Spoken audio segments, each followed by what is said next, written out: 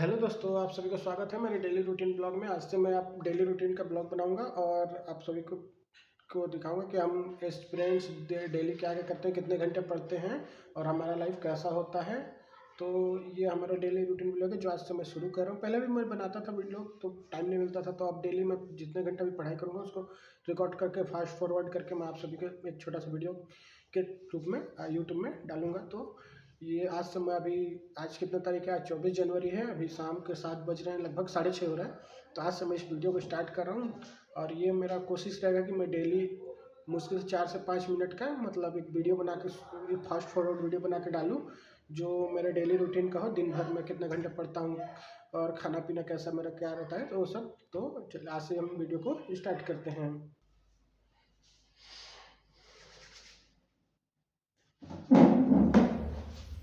तो मैं पढ़ने बैठा, उसके बाद मेरे को आज पढ़ना था छत्तीसगढ़, क्योंकि जो मेरा नेक्स्ट टेस्ट है वो छत्तीसगढ़ का है। क्योंकि मेरा जो अभी पेपर अगले मंथ पेपर है, मंथ के लास्ट है, नेक्स्ट मंथ के लास्ट में पेपर है प्री का। तो उसी का हमारा टेस्ट सीरीज चल रहा है। तो टेस्ट सीरीज में जो नेक्स्ट टेस्ट है वो छत्तीसगढ़, पूरा जीएस कंप्लीट छत्तीसगढ़ है। तो आज मैं ज्योग्राफी को पढ़ा भी, क्योंकि उसमें मेरा थोड़ा बहुत ही कन्फ्यूजन हो जाता है, एकदम एक एक चीज़ पढ़ना पड़ता है। तो आज मैं टॉपिक था मेरा कवर किया अपवातन ट्रेडिंग सिस्टम छत्तीसगढ़ का। क्योंकि जो छत्तीसगढ़ का ट्रेडिंग सिस्टम, बहुत से जो नदी हैं, बहुत सारे छोटे छोटे नदियाँ भी हैं, बड़े बड़े, एकदम कन्फ्यूजन हो जाता है। वो सबको याद करने में जल्दी याद ही नहीं होता है, कौन सा नदी कहाँ से निकलता है, कहाँ विसर्जित हो जाए, किसकी कितनी लंबाई है, थोड़ा कन्फ्यूजन हो जाता है। और ये जो अपवा तंत्र है, क्योंकि बहुत बड़ा है छत्तीसगढ़ में अपवा तंत्र, एक सबसे बड़ा तो महानदी आता है, फिर उसके बाद गोदावरी आ जाता है, फिर उसके बाद सोन, फिर उसके बाद नर्मदा, फिर उसके बाद ब्राह्मणी। ये तो सबसे बड़ा महानदी है। फिर उसके बाद आता है गोदावरी।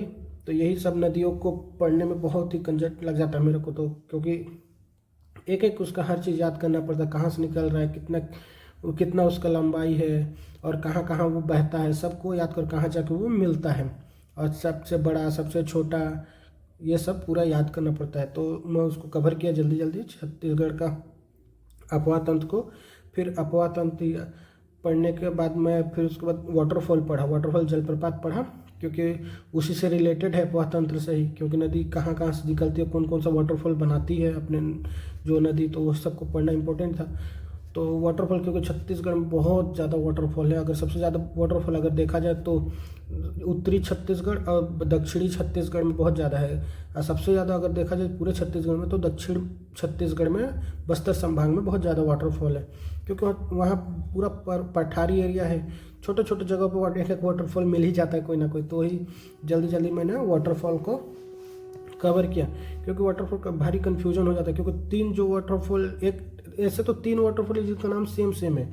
एक है रानी दाह, फिर उसके बाद एक रानी दहरा, और एक रानी दहरा, मतलब रहा, दहा और दाह, ये तीन जो वाटरफॉल सेम सेम हो जाते हैं, तो कन्फ्यूजन हो जाता है। तो इसे बहुत ही गलत हो जाता है ऐसे में। तो मैंने जल्दी जल्दी वाटरफॉल इसको कवर किया, और क्योंकि बहुत एकदम ध्यान से पढ़ना पड़ता है। मैं इसको इतना बार पढ़ चुका, फिर भी मेरे को अच्छे से याद नहीं होता है। याद भी रहता है, कुछ समय बाद फिर भूल जाओगे, क्योंकि इसको बार बार रिवीजन करना ही पड़ता है। तो मैं इसको लगभग 1.5 से 2 घंटा, लगभग ये 2 चैप्टर मेरा निकल गया पढ़ने में ही, क्योंकि मैं 2 बुक से पढ़ रहा था मिला मिला के। क्योंकि कुछ कुछ जो फैक्ट है वो गलत गलत हो जाता है, तो इसलिए 2 बुक अपने पास ज़रूर रखना पड़ता है। क्योंकि अगर इसमें अगर आपको कुछ डाउट है तो दूसरे बुक में आप डाउट दे, क्योंकि मैं एक बुक रखा था अपने पास फिजिकल में और एक सॉफ्ट कॉपी में अपने टैब में नोट्स था मेरा, तो उसी को मैं पढ़ा। तो फिर पढ़ने के बाद मेरे को लगा भूख। तो गाइज मैं 1.5 से 2 घंटा भी पढ़ा लाइब्रेरी से आने के बाद। तो अब मैं को लग रहा है भूख, तो मैं अब जा रहा हूँ खाना बनाऊँगा। तो खाना बनाने के बाद फिर उसके बाद पढ़ूँ, थोड़ा सा आराम करूँगा, फिर पढ़ूँगा। तो आज मैं खाना में बनाऊँगा पुलाव और अंडा का ऑमलेट बनाऊँगा, अंडा ऑमलेट और चावल का पुलाव बनाऊँगा। चावल का ही बनता है जनरली तो चावल का ही बनाऊँगा। तो चलिए खाना बनाते हैं। तो यहाँ पे मैं खाना बनाने के लिए आ गया। तो मेरे को पुलाव बनाना था, तो सबसे पहले मैं बर्तन तो धोया नहीं था, तो मैं बर्तन तो पहले ही धो लिया था, कोई मतलब पढ़ के आने के बाद बर्तन धोया। फिर मस्त अपना कुकिंग वाला कपड़ा पहन के, मतलब अप्रोन पहन के, सबसे पहले तो सोया बड़ी भिगाया, क्योंकि मेरे को सोया बड़ी और आलू का ही पुलाव बनाना था। उसके बाद आलू में छीला, क्योंकि मेरे पास आलू सिर्फ 2 ही था, उसमें से एक आलू ख़राब हो गया था, एक ही आलू था तो मेरे को एक ही आलू में बनाना पड़ा। और उसके बाद प्याज काटा, प्याज काटने के बाद प्याज बहुत ही ज़्यादा आँख में लगता है, एकदम उसको रो आंसू आ जाते हो प्याज, ऐसा प्याज लाया हूँ मैं इस बार, क्योंकि बहुत ज़्यादा आँख में वो लगता है। इसको मैं जल्दी जल्दी धो धा के काटा, फिर उसके बाद आलू को भी काटा। आलू को काटने के बाद फिर मैं गैस ऑन किया, नहीं आलू को काटने के बाद मैं चावल धोया, फिर चावल धोने के बाद फिर चावल धोने के बाद गैस ऑन किया, फिर गैस ऑन करने के बाद उसमें मैं कुकर चढ़ाया, तेल डाला, फिर प्याज व्याज डालने के बाद फिर उसको मैं जल्दी जल्दी पुलाव बनाया। मुश्किल से पुलाव बनाने में ज़्यादा टाइम नहीं लगता है, आप पुलाव बनाएंगे तो लगभग 15 से 20 मिनट आपको लगेगा पुलाव बनाने में। बहुत सिंपल प्रोसेस है। आप जो जो आपको आलू भी डाल सकते हैं, जो आपको वेजिटेबल डालना, आलू हो गया, मिर्ची हो गया, बीन्स, गाजर, गोभी, जो आपको वेजिटेबल डालना है डालिए, और उसको पहले प्याज डाल के भूंजिए, फिर उस सारे वेजिटेबल डाल के भूंजिए। वेजिटेबल फिर अच्छे थोड़ा सा भूंज आ जाता है तो उसमें आप मसाला, वेजिटेबल 70% आपको भूनना पड़ता है।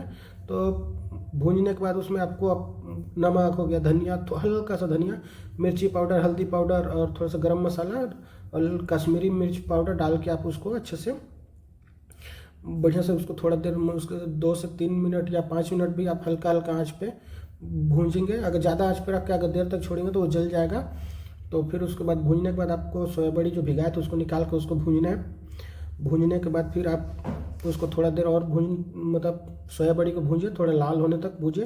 फिर उसके बाद आप चावल को निकालिए, चावल को पानी में जो चावल आप पहले धो चुके थे उसको चावल को उसमें डाल दीजिए। चावल को डाल के आप एक चीज़ याद रखिएगा, चावल आप जितना डालेंगे, जितना आप चावल डालेंगे उतना ही आपको पानी, मतलब उसका जस्ट डबल पानी डालना। अगर आप 1 कप चावल डालें तो आपको 2 कप पानी डालना है, अगर 1 गिलास चावल डाले हैं तो आपको 2 गिलास पानी डालना है। तो पानी डाल के थोड़ा सा उसको चला के फिर उसको आप ढक्कन ढक दीजिए और फिर आप उसको 2 सीटी लगने दीजिए। अगर आपका कुकर अच्छा है तो 2 सीटी में हो जाएगा। अगर आपको कुकर में सीटी नहीं लगता तो आपको ध्यान देना है उसको थोड़ा। तो मैं जल्दी जल्दी पुलाव बनाया। फिर उसके बाद मेरे को बनाना था, क्योंकि सूखा पुलाव हो जाता तो मेरे को अंडा भी बनाना था। अंडा मैं बनाया, 2 अंडा मैं अंडा ला के रखा था, तो 2 अंडा का ऑमलेट बनाया प्याज व्याज काट के। फिर मैंने जल्दी से उसको ऑमलेट बनाने के बाद 2 मिनट, लगभग मेरे को 15 से 20 मिनट लगा खाना बनाने में पूरा टोटल। तो मैं जल्दी जल्दी खाना बना लिया। फिर उसके बाद मैं खाना वाना बना लिया, फिर उसके बाद थोड़ा सा रेस्ट किया, फिर उसके बाद खाना खाने में बैठ गया। पुलाव यहाँ मेरा बन के रेडी हो गया। और ये देखिए यहाँ से मस्त धुआं निकाल रहा है। सोया बड़ी आलू का डाल के मैंने पुलाव बनाया है। और इधर मैं बनाया हूँ ऑमलेट। ये ऑमलेट रहा, मैं जल्दी से खा लेता हूँ। खाने के बाद फिर थोड़ा सा आराम करूँगा, फिर उसके बाद पढ़ने बैठूँगा। तो मिलता हूँ आपको खाना खाने के बाद। तो ये रहा मेरा पुलाव और अंडा। तो मैं इसको जल्दी से खा लेता हूँ और फिर मिलता हूँ आपको पढ़ने टाइम में।